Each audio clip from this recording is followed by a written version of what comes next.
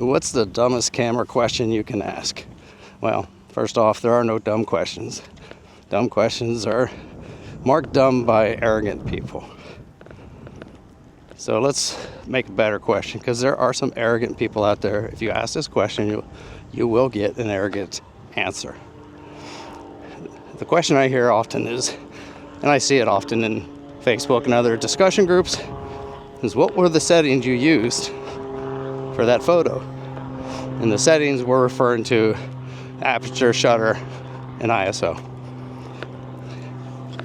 So on the surface, just rub my eyes. I am in Florida. I sprayed some sunscreen, put it on my face. I think I got a little bit in my left eye when I rubbed it in, so it's watering pretty bad. But anyway, so let's work on phrasing that question a little bit. But before we phrase that, let's come up with some context. In the context, ooh, there's a jet taking off. See if I get it around in time. There it is.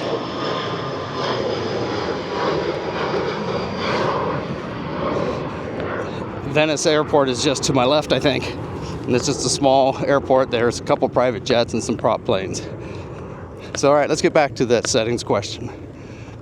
The settings that we're talking about is aperture, shutter, and ISO, like I said. But let's talk about them. You'll see a lot of videos on what the exposure triangle is, and that's what that is: aperture, shutter, and ISO. So let's talk about how you use them. And we'll come back to that question and how to phrase it better. So the aperture is the opening in your camera, or in your lens rather, that lets light in. So the larger the hole, the more blurry the background will be. The smaller the hole, the more that will be sharp in the photo. So if you're wanting to do a portrait, say, so you're probably going to want a low aperture number with a larger hole. That'll give you the bokeh background that you're after. So that is one use of the aperture.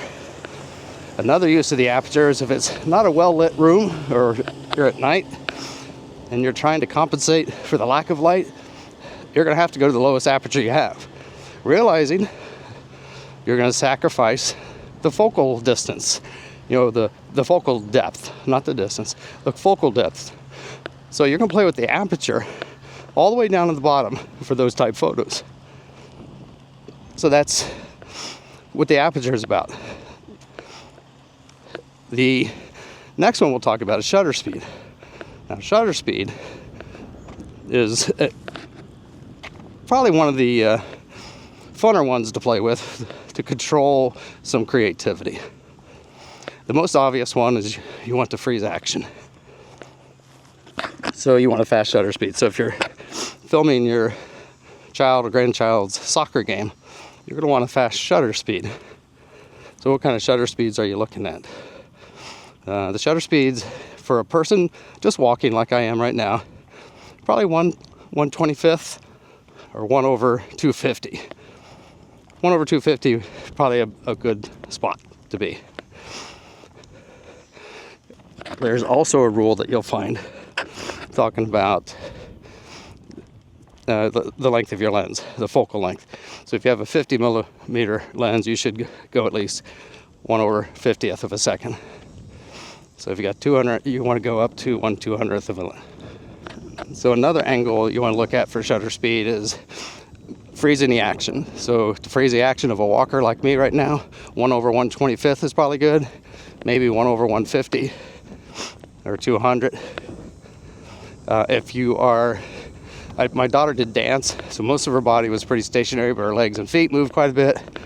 So I had to get to about 1/500 for the dance shows, for the dance competitions. If you are watching your kid play soccer or baseball and they're running, or football, you're probably going to need between 1/500 to 1/1000th of a second, just depending on the speed of the child. If you're doing race cars, now this is a fun example of what you can do with shutter speed and the creativity. If you freeze a race car going by, it's going to look like a still picture of a race car, and the background's going to be just fine. So what you're going to want to do is you're going to play with aperture and shutter speed. You want a slow shutter speed, maybe 1/60th, and a mid-range aperture around 1/5.6. You'll probably need that, especially if it's a racetrack and it's a bright day out. You're gonna have to compensate with the aperture and have your ISO as low as possible, and you're gonna pan when you take that photo at 1/60 or 1/50. The car will be sharp. You're gonna miss a lot of shots, but if you take a lot of them, you're gonna get one that's in focus. The background will be out of focus, and it will be actually look like it's in motion because you're gonna be panning. It's a really cool shot. It's one of the creative things you can do with shutter speed. Okay, another example of shutter speed is firework photography. You're probably gonna have anywhere from a couple seconds to 10 or even 30 seconds. And you're gonna have whatever ISO and an aperture that you want. But that is not freezing action. It is seeing, well, you can see the light streams when you do that. Really cool. A very similar example is doing a photo of street lights and cars driving by. Do a long exposure of, say, 20-30 seconds, and you'll see tail lights. Will be light trails going through your photo. If you got light painting tools, again, shutter speed is key. Let that plane go by.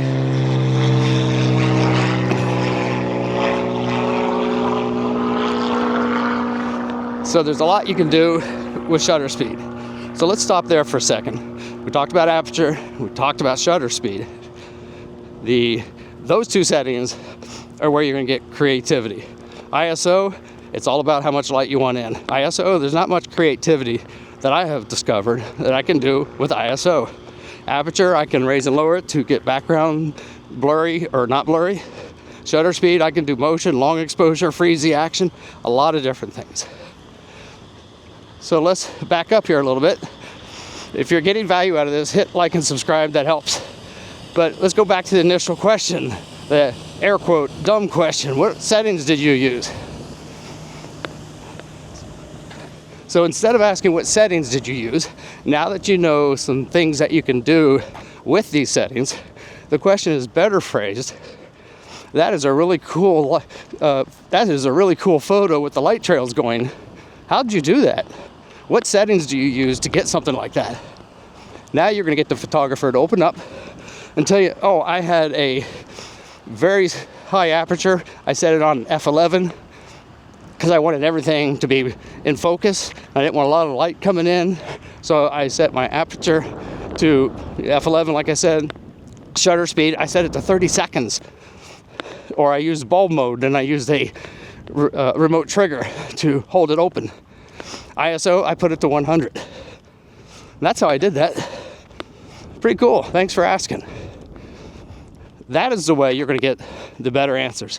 Don't ask, what settings do I need? Because it depends on where you are and what goal you have. All right, this is Doug Gabbard, practicing photography, getting better one photo at a time. Get out there and take some pictures.